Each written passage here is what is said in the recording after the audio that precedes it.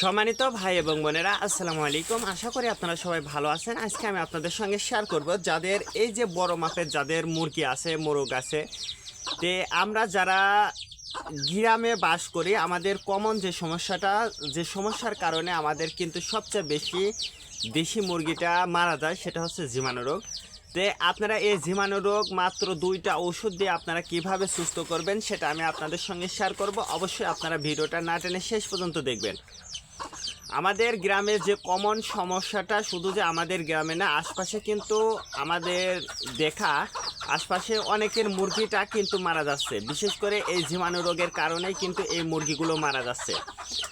আর এই জীবাণু রোগের কারণে আমাদের এই মুরগিটা মারা যাওয়ার কারণে কিন্তু অনেকেই আছেন যে অনেক টাকা ক্ষতিগ্রস্ত হচ্ছে, যাদের অনেক মুরগি আছে আমার দেখা।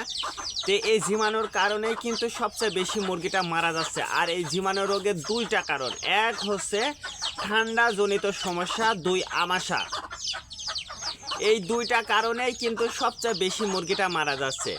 আর এই 2টা রোগের কারণে যদি আপনারা মুরগিটা মারা যায়, তো এই 2টা রোগের কি ওষুধ দেবেন এবং কিভাবে সুস্থ করবেন সেটা কিন্তু মূল কথা।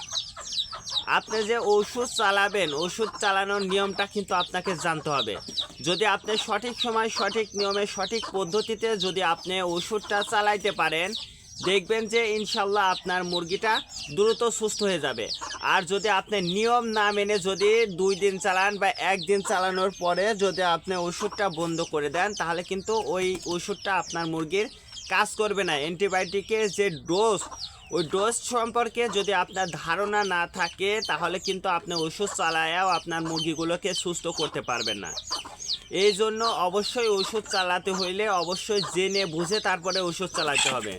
আর সঠিক সময় যদি আপনারা সঠিক নিয়মে যদি ওষুধটা চালান, তাহলে দেখবেন যে ইনশাল্লাহ আপনার মুরগিগুলো দ্রুত সুস্থ হয়ে যাবে। তো ওষুধ চালাতে হইলে অবশ্যই আমি যে ওষুধগুলো দেখাবো, এই যে রেনামক্স,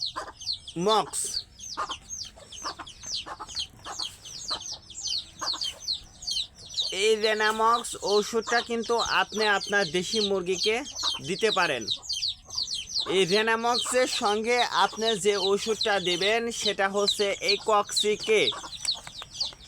এই 2টা ওষুধ যদি আপনারা একসঙ্গে আপনার মুরগিকে দিতে পারেন, তাহলে দেখবেন যে আপনার মুরগিগুলো আর ঝিমাবে না ইনশাল্লাহ। আর এটা হচ্ছে আপনার মুরগিটা যদি সবচেয়ে বেশি ঝিমায়, সেক্ষেত্রে আপনার 3 দিনের ডোজ দেওয়ার পরেও যদি আপনার মুরগির ঝিমানো রোগটা যদি না সারে, সেক্ষেত্রে অবশ্যই আপনারা 5 দিনের ডোজ করবেন। এই 2টা ওষুধ একসঙ্গে 5 দিন চালাবেন। আর আপনার মুরগি যদি আপনার মুরগিটা বেশি থাকে, তাহলে অবশ্যই ওই মুরগিটা আলাদা রেখে 3 বেলা এই রেনামক্স এবং কক্সিকে ওষুধের সঙ্গে মিক্স করে অবশ্যই আপনার মুরগিকে আলাদা পানি দিয়ে 3 বেলা খাওয়াইতে হবে। যদি আপনি এই নিয়ম পদ্ধতি যদি মেনে আপনি আপনার মুরগিকে যদি ওষুধ খাওয়াইতে পারেন, তাহলে দেখবেন যে ইনশাল্লাহ আপনার দেশি মুরগিটা দ্রুত সুস্থ হয়ে যাবে। তো আজকে এ পর্যন্ত, ভালো থাকবেন, আল্লাহ হাফেজ।